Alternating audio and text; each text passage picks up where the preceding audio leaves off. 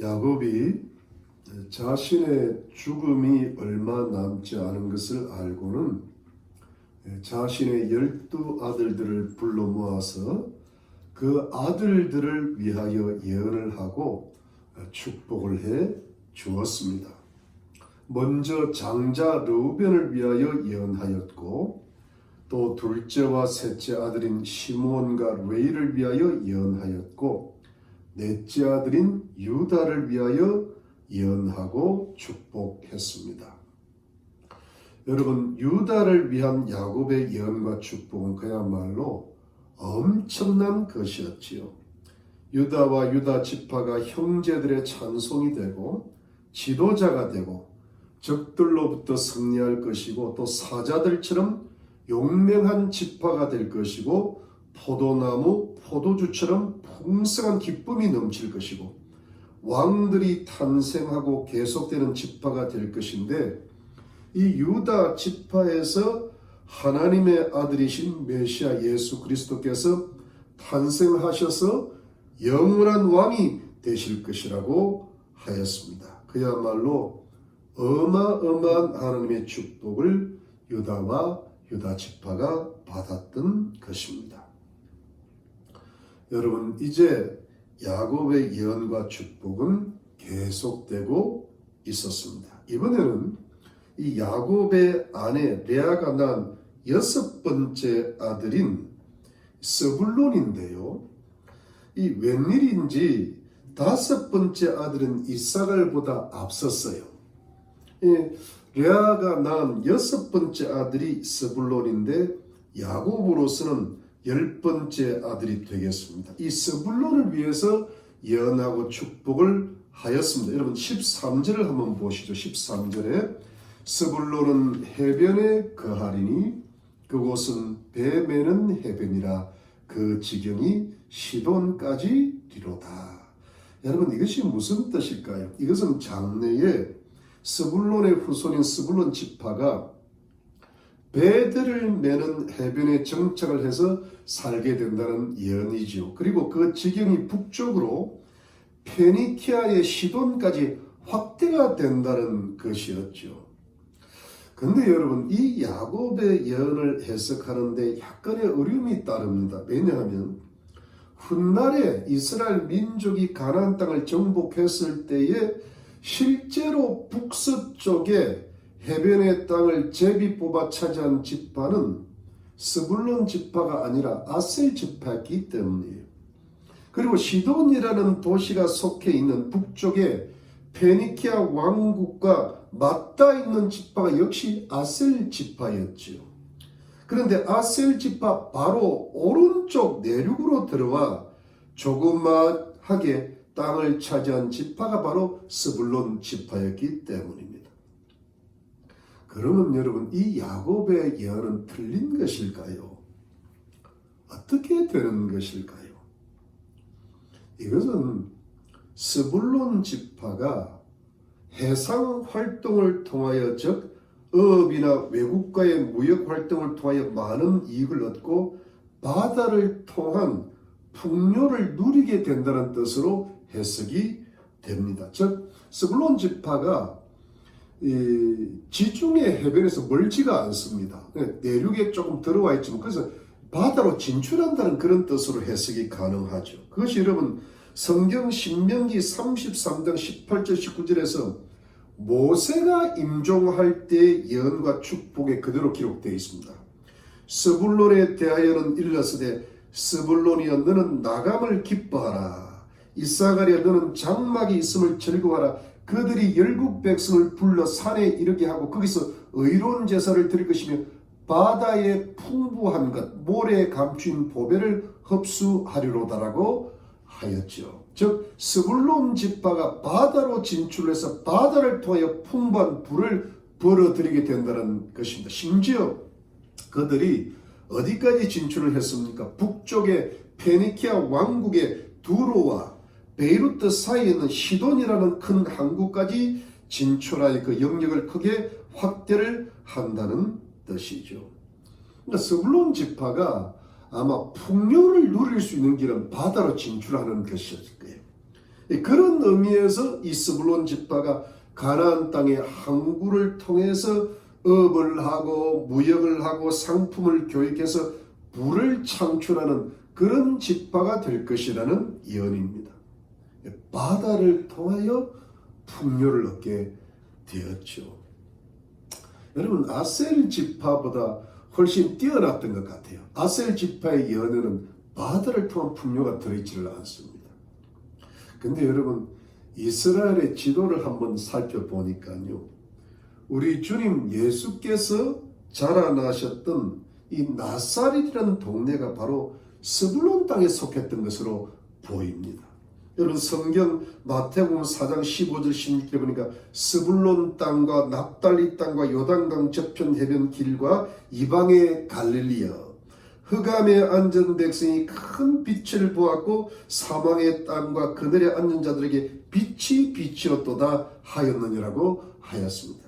그래서 스불론은 이스라엘의 항구 역할을 하면서 외국과는 가장 가까운 지역이고 이스라엘의 중심지 예루살렘과는 아주 먼 지경이었죠. 마치 먼 이방 땅처럼 됩니다. 그래서 이방의 갈릴리라고 그러잖아요. 이 갈릴리는 이스라엘에 속했는데 이방과 너무 가까워서 마치 이방화된 곳이라고 할 수 있겠죠. 그래서 이 종교와 교육의 혜택을 가장 많이 받지를 못했던 지역입니다. 영적으로도 어두웠고 교육적으로도 많이 떨어진 곳이었죠. 그리고 사람들의 무시와 천대도 받았던 지역이죠. 여러분, 성경에 나사렛에서 무슨 선한 것이 나올 수 있겠느냐? 갈릴리에서는 선지자가 나오지 못하느니라. 그러니까 좀 이렇게 이스라엘 지역에서도 좀 낙후된 지역이었죠. 그런데 여러분, 이 스불론 땅에서 세상의 어둠을 밝히시는 빛 대신 하나님의 아들이신 예수 그리스도께서 공생애를 시작하시기까지 자라나셨다는 것입니다. 세상을 밝히는 하나님의 구원의 빛이 이 스불론 땅에서부터 시작되었다는 것에 어떤 의미가 있는 것이지요. 여러분, 예수님 제자들도 이 스불론 땅 그 오른쪽에 가브나움 그 갈릴리 호수의 납달리 지인 그 출신이거든요. 이것은 하나님의 인류 구원의 빛은 영적으로도 어둡고 세상적으로도 아주 떨어지는 데서도 얼마든지 시작될 수 있다는 데 의미가 있죠. 어떤 여러분 영적인 부흥이 일어나는 것도 그렇고 어떤 하나님의 위대한 일꾼이 태어나는 것도 그렇고 이렇게 영적으로 어둡고 교육적으로 떨어진 곳에서도 얼마든지 하나님의 빛의 역사가 시작될 수 있다는 데 의미가 있는 것이죠. 그리고 여러분, 이제 야곱은 레아가 낳은 5번째 아들인, 그러니까 이 순서가 좀 뒤바뀌었습니다. 5번째 아들인 야곱으로서는 9번째 아들인 이사가를 위해서 예언하고 축복을 하였습니다. 여러분 14절을 한번 보시죠. 자, 14절을 봅니다. 14절에 이사갈은 양의 우리 사이에 꿇어앉은 건장한 나귀로다 그랬습니다. 여러분, 이사갈은 건장한 나귀라는 겁니다. 여러분, 건장한 나귀라는 것은 strong bone를 해가지고 뼈가 단단하고 골격이 강한 건장한 나귀였다는 겁니다.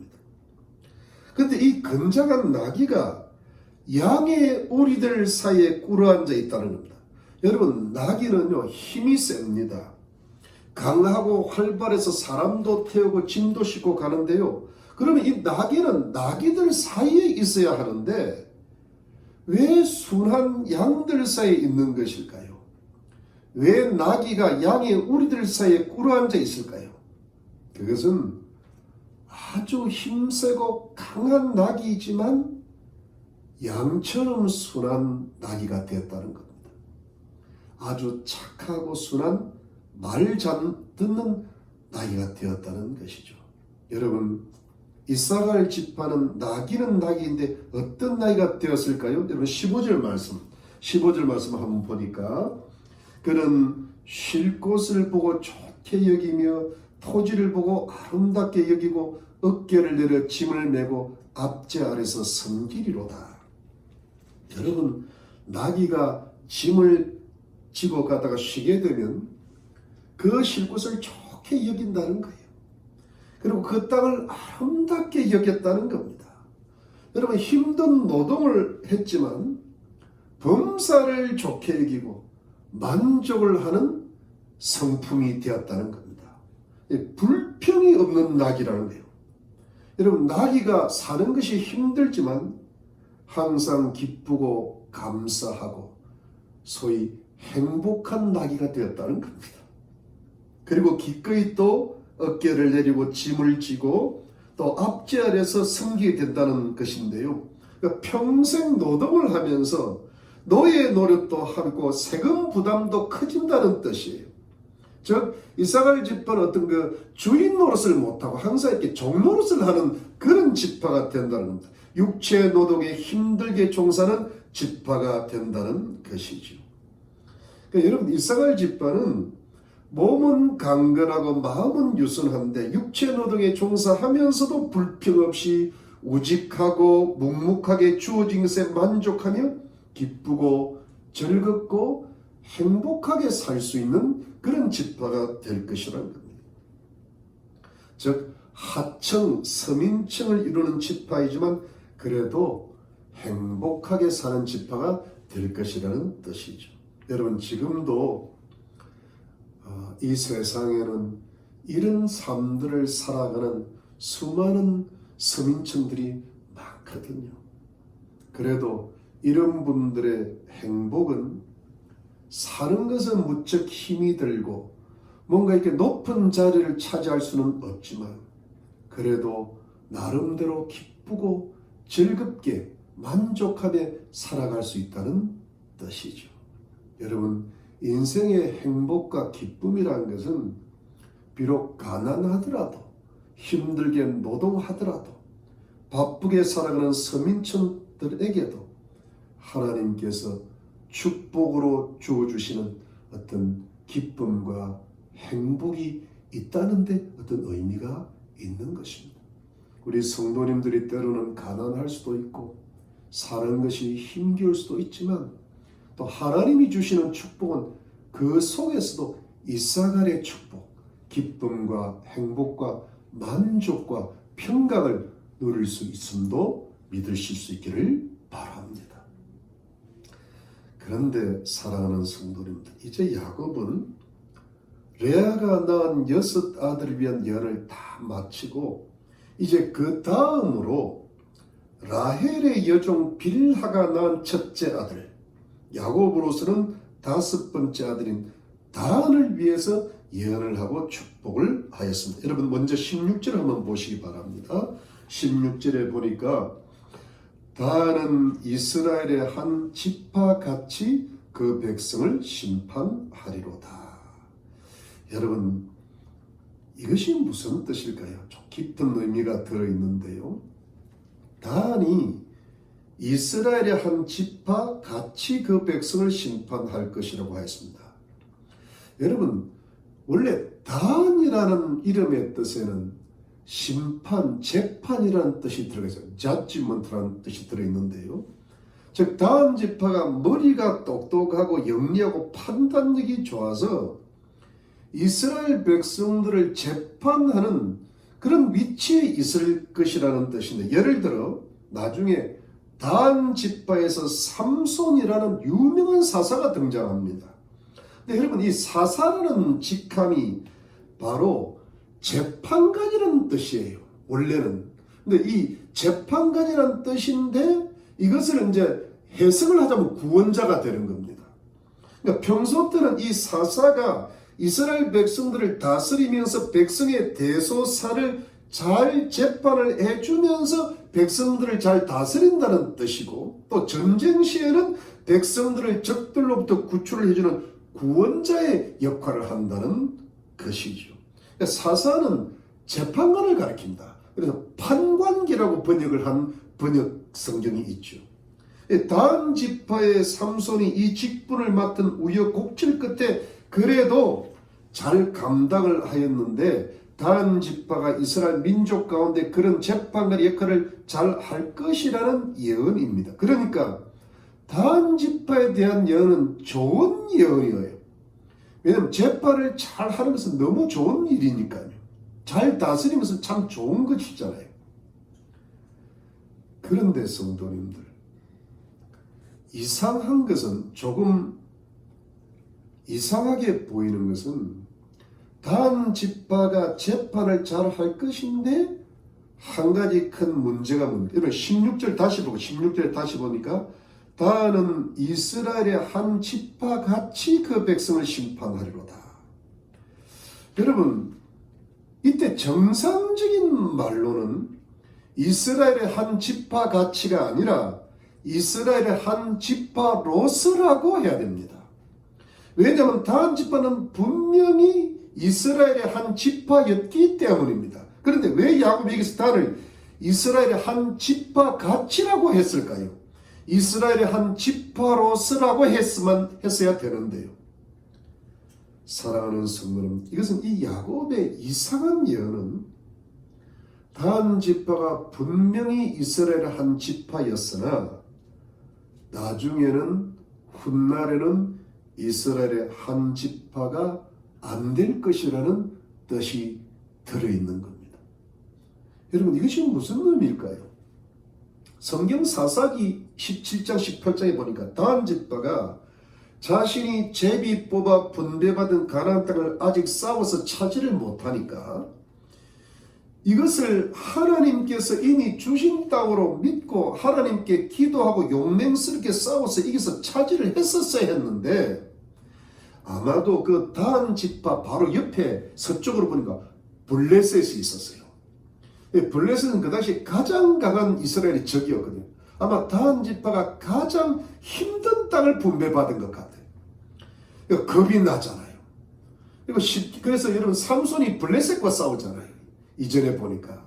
그러니까 이것이 참 차지하기가 힘든 땅이었으면 틀림이 없는데 그래도 그것이 하나님 주신 땅인데 그것을 끝까지 기도하고 용맹스럽게 싸워서 차지를 했어야 되는데 너무 힘들어서 그랬던 것 같아요. 그만 하나님 뜻대로 하지를 않고 하나님의 말씀에 순종을 안 하고 새롭고 쉽게 사는 땅을 찾아 나섰어요.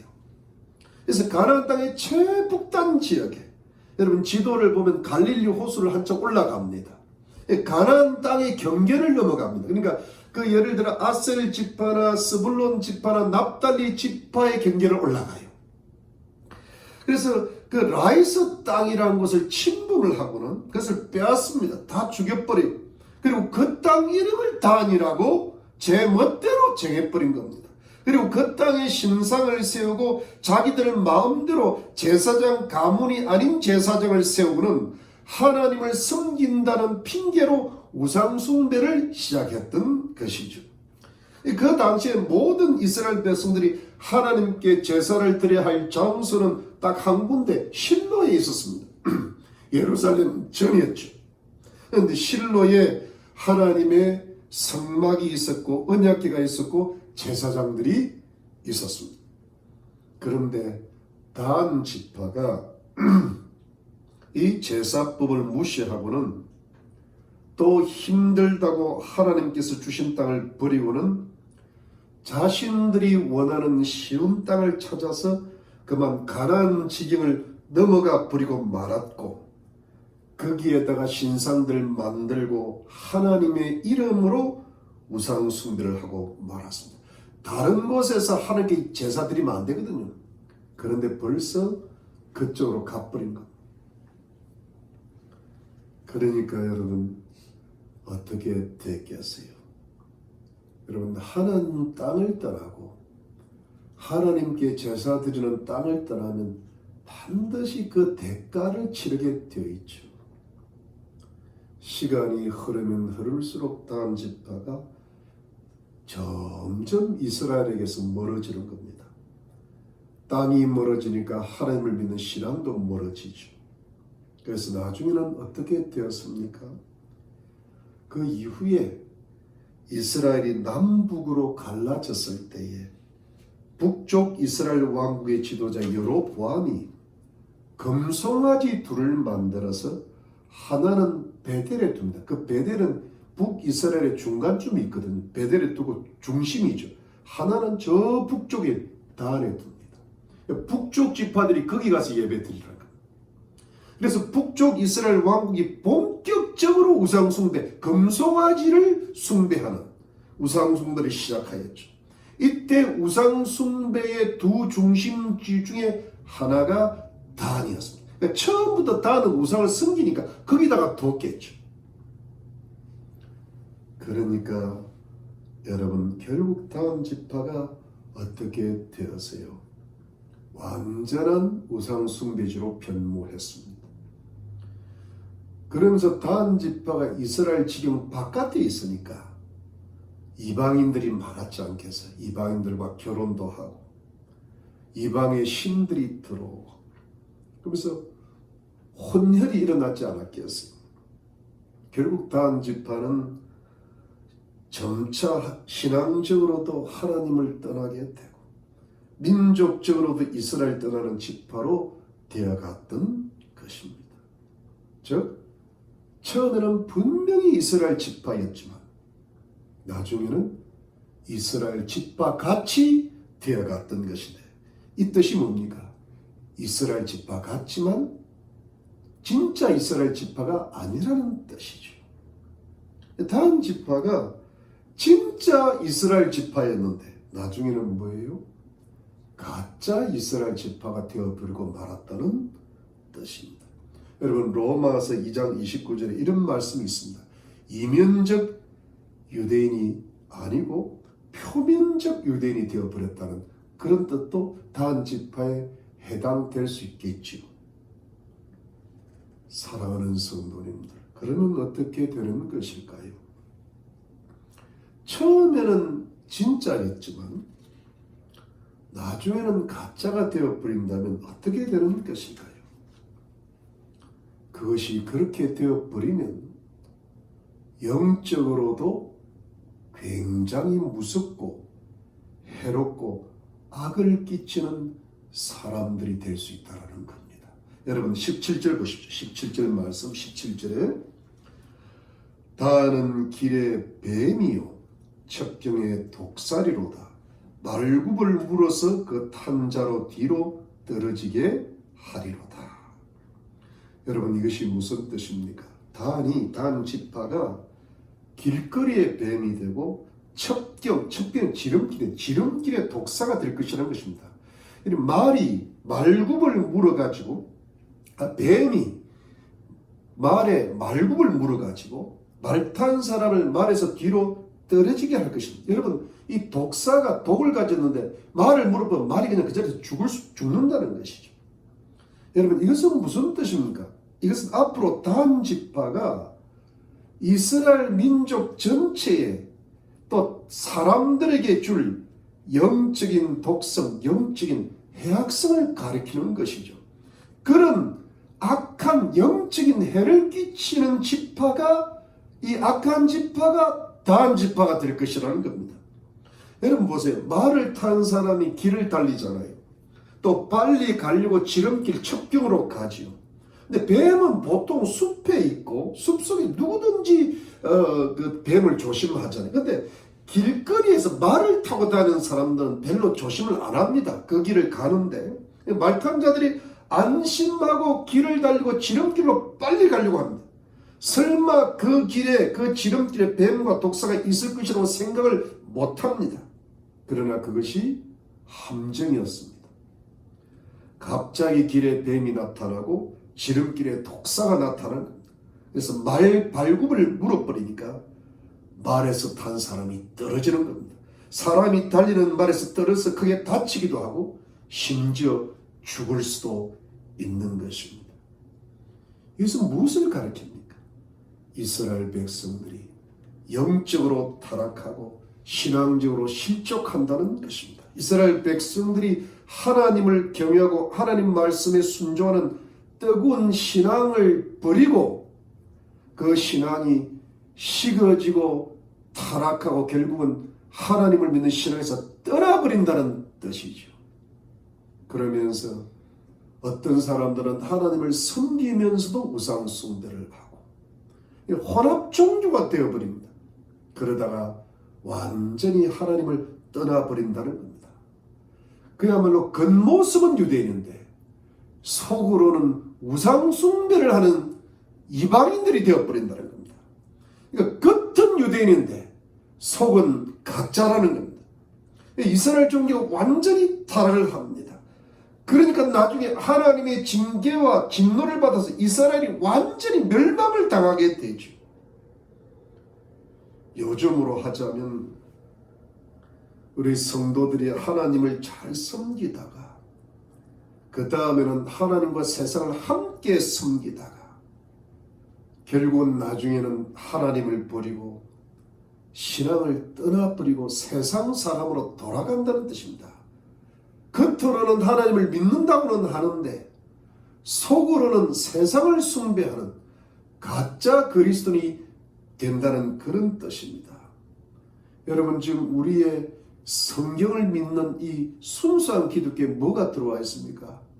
가짜 복음이 들어와 있는 거예요. 종교다원주의, 심지어 공산주의, 사회주의가 교회 속으로 들어오고요.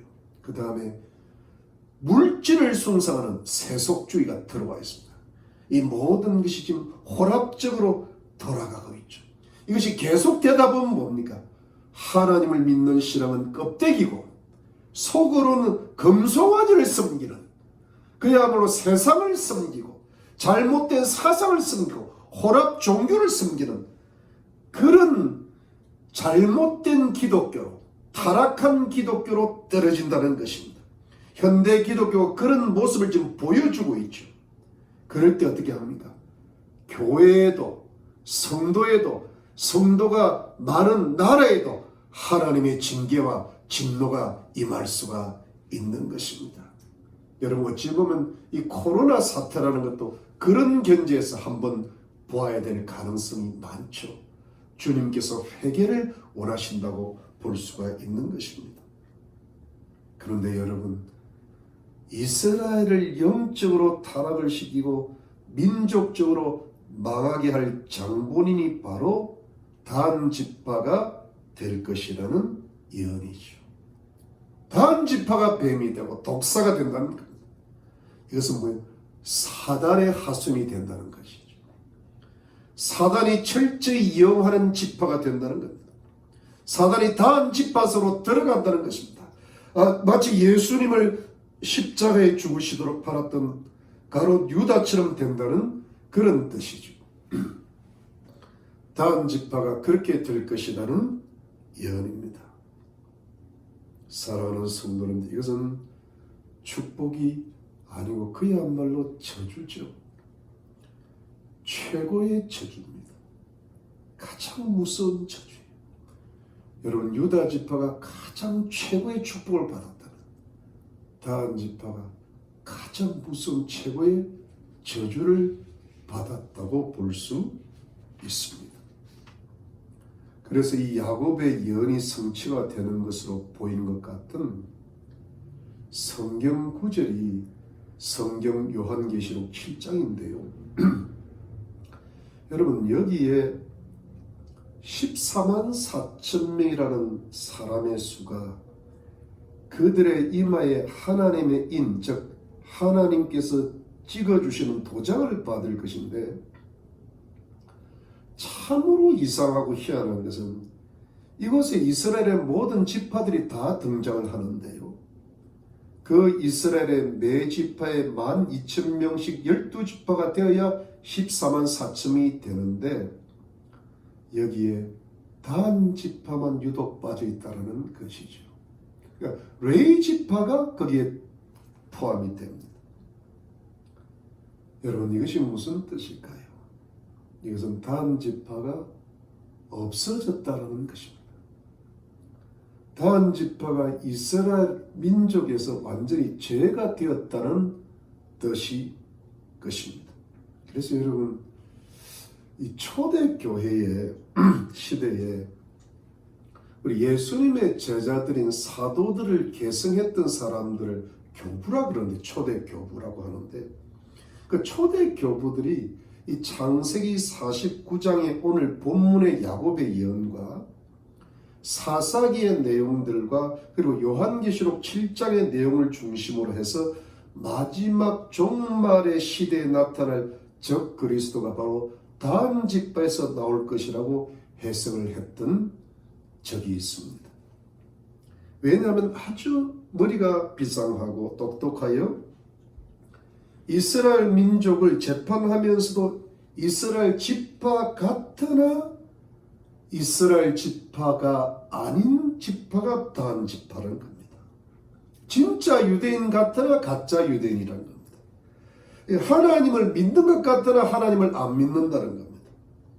혈통적으로도 정통 유대인 같으나 정통 유대인이 아니라는 겁니다. 이방인의 피가 많이 섞였다는 겁니다. 가짜라는 겁니다. 그리고 영적으로 무섭고 뱀같이 독사 같은 사단의 하수인이라는 겁니다. 그리고 사람들의 큰 해악을 끼칠 것이라는 겁니다. 그래서 적 그리스도가 처음에는 이스라엘 백성들을, 유대인들을 많이 속일 거라는 거예요. 왜요? 이스라엘 지파 같으니까. 진짜로 믿는 겁니다. 이스라엘 백성들이 속아서 적 그리스도를 자신들의 지도자로 세우고 믿고 따를 것이라는 것이죠. 그리고 전 세계 사람들도 미혹이 돼서 따를 것이라는 것입니다. 그런데 때가 되면 적 그리스도가 자신의 정체를 온전히 드러낼 때가 온다는 것이죠. 그것이 데살로니가후서 2장 3절로 4절인데요. 누가 아무렇게 하여도 너희가 미혹하지 말라. 먼저 배도하는 일이 있고 저 불법의 사람 곧 멸망의 아들이 나타나기 전에는 이러지 아니하리니. 이 불법의 사람 멸망의 아들이 적 그리스도인데, 저는 대적하는 자라 범사에 일컫는 하나님이라 숭배함을 받는 자에 뛰어나 자존하여 하나님 성전에 앉아 자기를 보여 하나님이라 하느니라고 하였습니다. 그러니까 하나님으로 자기를 숭배하라는 겁니다. 적 그리스도가 이스라엘의 성전에 앉아서 자신을 하나님으로 하면서 자신을 숭배하라고 하는 날이 올 것이라는 성경의 예언이 데살로니가후서에 있죠. 이때 유대인들이, 이때 진짜 유대인들이 자신들이 적 그리스도에게 속은 줄을 알게 되고 적 그리스도를 배척하게 되는데, 이때부터 엄청난 박해가 시작이 된다는 것이죠. 자신을 하나님으로부터 숭배하지 않는 유대인뿐 아니라 우리 그리스도인들도 하나님만을 믿으니까 그리스도인들에게도 무슨 박해가 시작이 될 것이라는 성경의 예언이 있죠. 사랑하는 성도님들, 이것이 앞으로 어떤 형태로 되어질지는 누구도 모릅니다. 어떤 형태를 띠고 정치적으로, 종교적으로, 경제적으로 어떤 시스템을 가지고 적 그리스도가 세상을 다스리게 될지는 모르는 것이죠. 다만 예상을 한번 해보면 정치적으로 공산주의 사회주의와 종교적으로 다원주의 종교 통합주의와 경제적으로 세계적인 재벌들과 기술적으로 AI를 비롯한 첨단 기술과 의료 기술을 이용한 다양한 복합 시스템 속에서 세상 사람들을 미혹하고 통제하면서 사람들로 하여금 666의 표를 받게 하고 666의 표를 받지 않는 자를 매매를 못하게 해서 불이익을 주고, 그러면서 수많은 사람들을 우상 숭배하는 쪽으로 유도를 해서 결국 사람의 영혼들을 지옥으로 끌고 가려는 사단의 하수인 노릇을 하는 자가 적 그리스도가 될 것이라고 추정을 해 보는 것입니다. 이 적 그리스도가 아마도 가짜 유대인, 가짜 정치 지도자로서 다음 집회에서 나올 가능성이 있다고 해석을 해 보는 것이지요. 여러분, 이 해석이 맞든지 안 맞든지 아직은 알 수는 없지만 가능성은 있어 보이는 것입니다. 다만 다한 지파는 굉장한 해악을 끼치는 지파가 될 것이라는 것은 사실적 예언입니다. 그래서 사랑하는 성도님들, 야곱이 다한 지파를 향한 영혼의 끝에 무엇이라고 탄원을 하고 있습니까? 여러분 18절 보시죠. 18절 말씀에 여호와여 나는 주의 구원을 기다리나이다. 여러분 이것이 무슨 뜻입니까? 야곱이 여호와여 하면서 하나님을 부르고 호소하는 겁니다. 그리고 나는 주의 구원을 기다리나라고 탄원을 하고 있습니다. 이것은 야곱이 하나님을 바라보면서 예언을 하다 말고 하나님을 바라보면서 하나님의 백성들을 구원하시고 보호해 주시고 안전하게 지켜주시라는 기도였던 것입니다.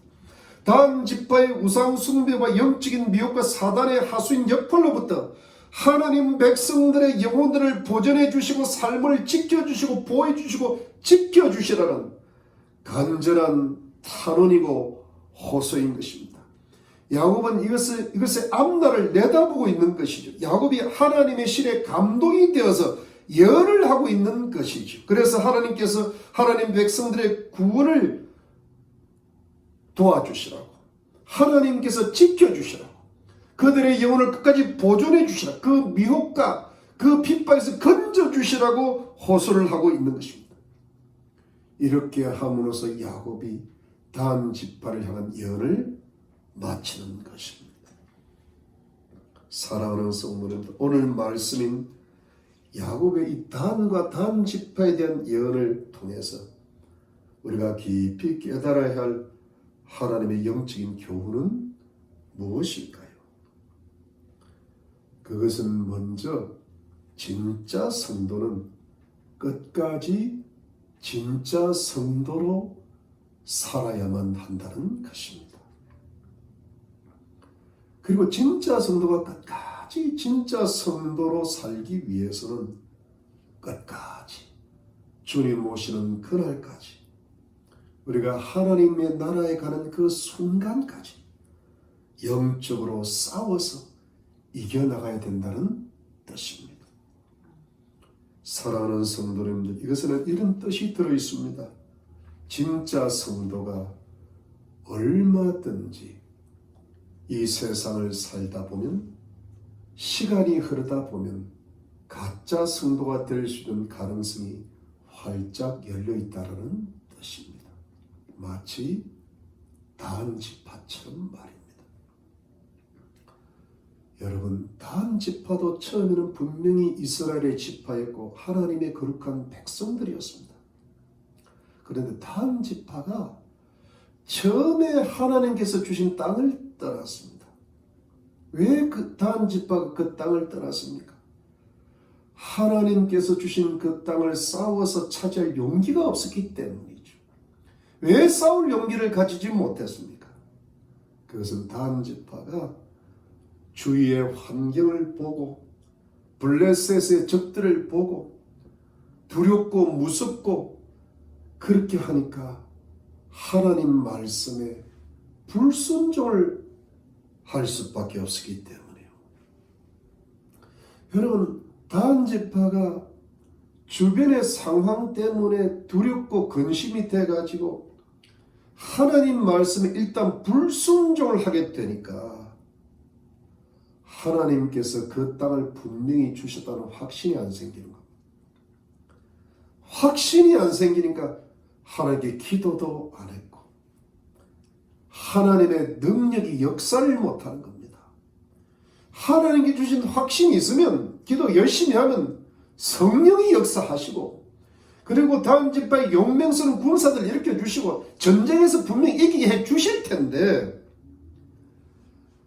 말씀에 순종을 안 하니까 하나님의 역사가 안 나타나는 거죠. 그리고 무섭고 두려워서 싸울 생각도 못하고 그냥 그 땅을 떠나버린 겁니다. 하나님이 주신 그 존귀한 땅을 떠나가 버립니다. 그래서 하나님께서 주시지 않는 땅을 불법적으로 쉽게 차지해서 사는 겁니다. 그러다 보니까 영적으로 떨어지기 시작, 우상숭배에 빠지는 거예요. 그러다가 결국 가짜 이스라엘 지파로 전락하는 겁니다. 그래서 결국 이스라엘 지파에서 떨어져 버리고 말았던 겁니다. 이것이 뭐예요? 타락의 과정인 거예요. 여러분, 문제가 무엇입니까? 그것은 영적으로 싸워야 할 때 안 싸우면 점점 이렇게 되고 만다는 교훈이죠. 환경이 두렵고 상황이 무섭고 근심이 생기고 낙심이 되고 그냥 힘들게만 느껴지고 그러면서 편안한 길을 찾고 쉬운 길을 찾고 안일하게 살아가다 보면 하나님을 떠나서 하나님의 말씀에 불순종해 버리고 나면 영적인 싸움 싸우기를 포기하게 되고 자신도 모르게 점점 가짜 백성이 되는 거예요. 그러다 보면 본인이 가짜가 되어가면 그 자녀들도 그 가문도 점점 하나님으로부터 멀어지는 것이죠. 하나님을 버리게 되는 그야말로 영적으로 이방인들이 되어버리고 만다는 것. 여러분 한번 그렇잖아요. 단지파도 처음에는 하나님을 섬겼죠. 하나님께 제사를 드렸습니다.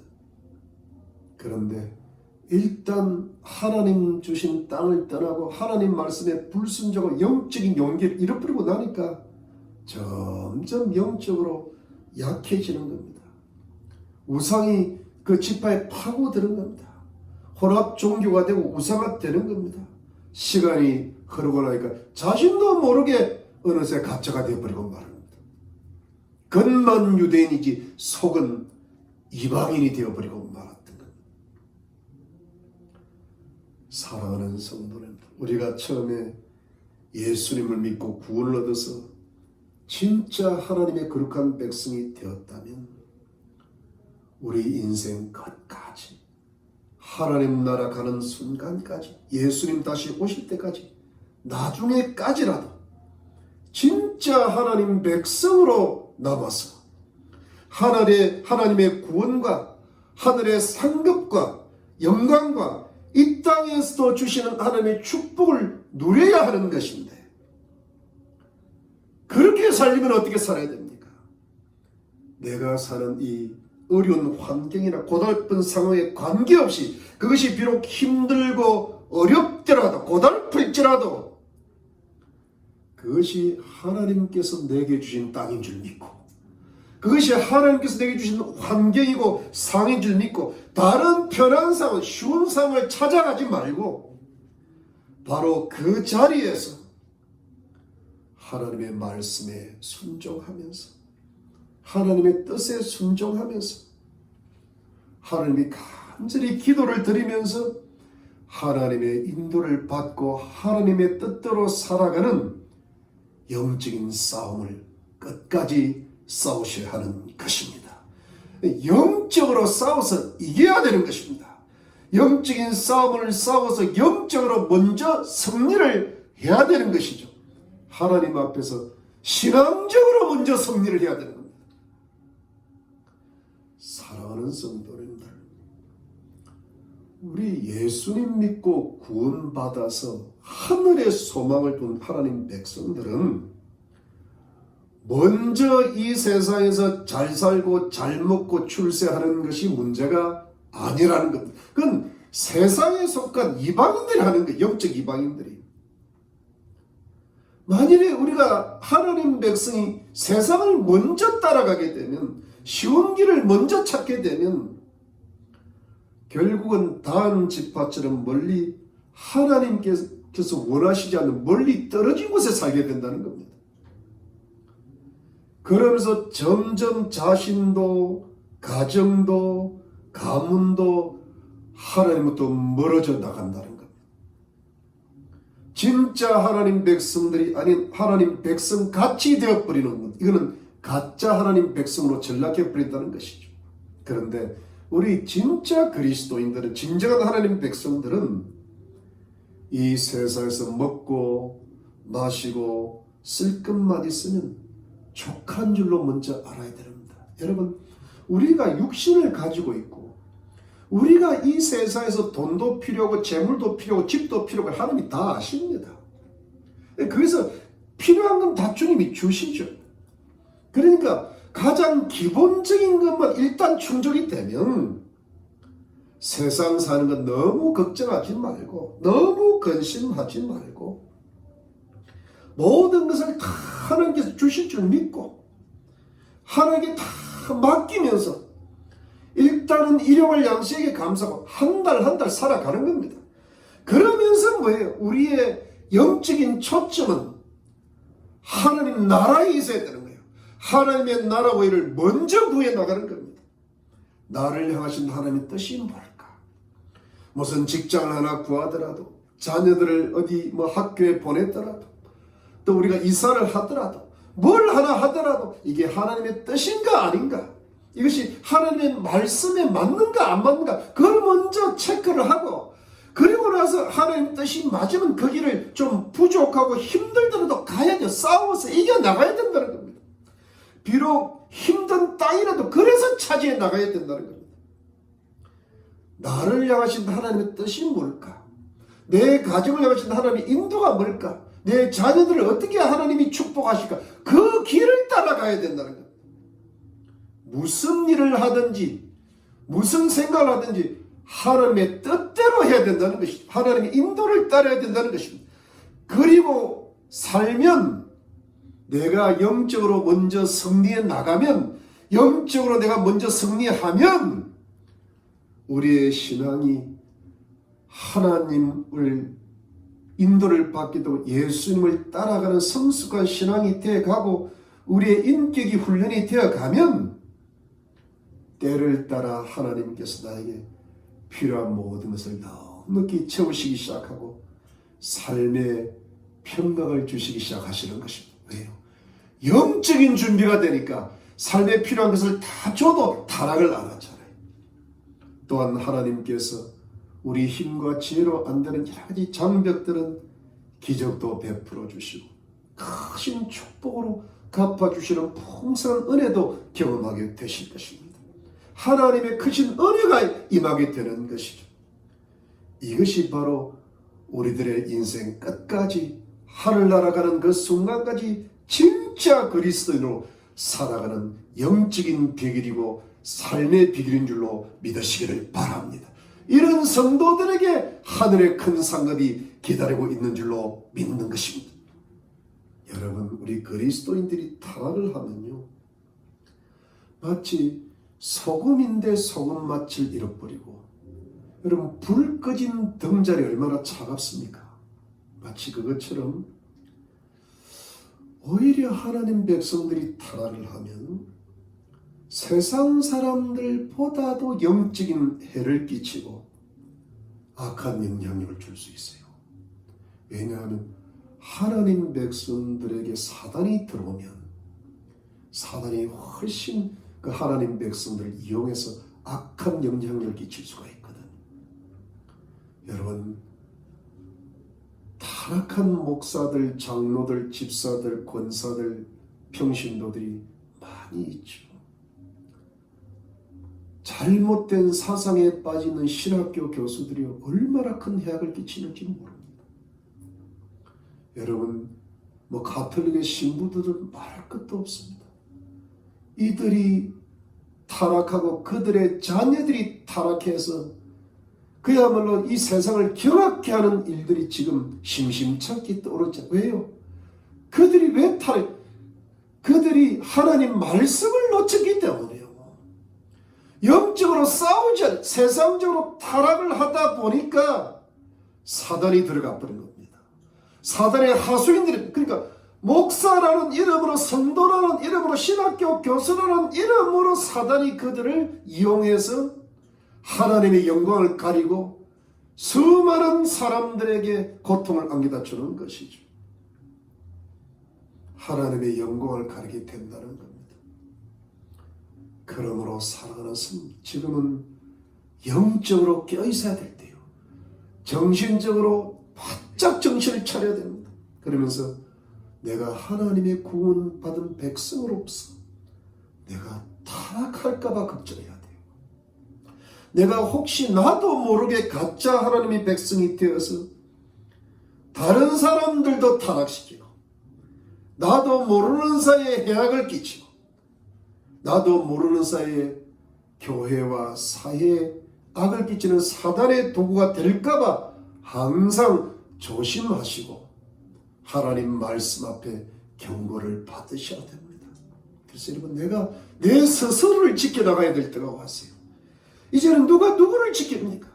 내가 내 자신을 지키고 내 가정을 지키고 내 교회를 우리가 스스로 지켜나가야 돼요. 항상 영적으로 깨어 있으셔야 합니다. 내가 진짜 그리스도인으로서, 내가 진실된 그리스도인으로서 끝까지 달려갈 길을 달려갈 수 있도록 마지막 결승진의 테이프를 끊을 때까지 끝까지 영적으로 노력을 해 나가셔야 합니다. 그래서 우리는 절대로 다한 지파가 되어서는 안 되는 것입니다. 해악을 끼치는 다한 지파가 아니라 유다 지파가 되어야 될 줄로 믿는 것입니다. 부족하지만은 이스라엘 지파가 되는 것도 좋잖아요. 그 하나님 말씀에 순종하면서 기쁘고 행복하게 살아가는 그 정도 지파는 돼야 되죠. 반드시 끝까지 진짜 그리스도인으로 끝까지 사셔야 되는 것입니다. 그러면서 하나님이 주시는 성령을 충만히 받으시고 하나님께 많은 영광도 올려드리시고 하늘에 많은 상급도 쌓아나가시고 하나님이 주시는 이 땅의 축복도 계속 받아 나가시고 그런 끝까지 영적인 싸움을 싸워서 하늘의 상과 이 땅의 축복을 많이 이루시고 사람들에게 해를 끼치는 사람들이 아니라 복을 전달해주는 축복의 통로가 되시는 우리 희망의 교회 성도님들이 다 되시기를 예수 그리스도 이름으로 축원드립니다. 기도하겠습니다. 하나님 감사합니다. 우리가 스불론 지파와 이사갈 지파와 단 지파의 예언을 보면서 단 지파가 가져올 해악이 얼마나 크다는 것을 깨닫습니다. 진짜 이스라엘 지파에서 가짜 이스라엘 지파로 전락하고 이스라엘 백성들을 망하게 하는 지파로 사단의 도구가 되었던 것을 기억합니다. 하나님, 우리는 그런 자가 안 될 거라고 생각하지 말게 도와주시고 항상 하나님 말씀을 읽고 하나님 말씀에 순종하기를 힘쓰고 아무리 힘들고 어렵더라도 주님을 따르는 길을 포기하지 말게 하시고 하나님의 뜻에서 멀어지지 말게 하시고 멀어졌다면 속히 돌아오게 하셔서 주님을 따르는 일에 반드시 승리하게 도와주시옵소서. 하나님, 우리의 가정과 가문이 지파가 단 지파로 흘러가지 말게 하시고 하나님, 오히려 이사갈 지파를 따라가게 하시고 유다 지파처럼 되게 하시고 이 세상을 거슬려 싸우고 이기게 나가게 하시고 끝까지 우리도 우리 자녀들도 우리 성도님들도 우리 가문이 주님을 끝까지 따라가는 그야말로 단 지파의 반대로 살아가는 복된 지파로 복된 가정으로 만들어 주시옵소서. 하나님 감사합니다. 우리 성도님들 가정가정에 주의 평강을 내려주시옵고 직장에 주의 축복을 내려주시옵고 우리 자녀들의 영혼육을 건강하게 하시고 앞날을 인도해 주시옵고 믿지 않는 우리의 가족들 이웃들에게 복음을 전해서 그들이 주님 앞에 돌아오게 해서 그들에게 하나님의 축복을 전달하게 해 주시옵고 그리해서 모든 것이 사단의 역사가 아니라 성령의 역사로 열매를 맺어나가는 우리 성도님들이 되게 해 주시옵소서.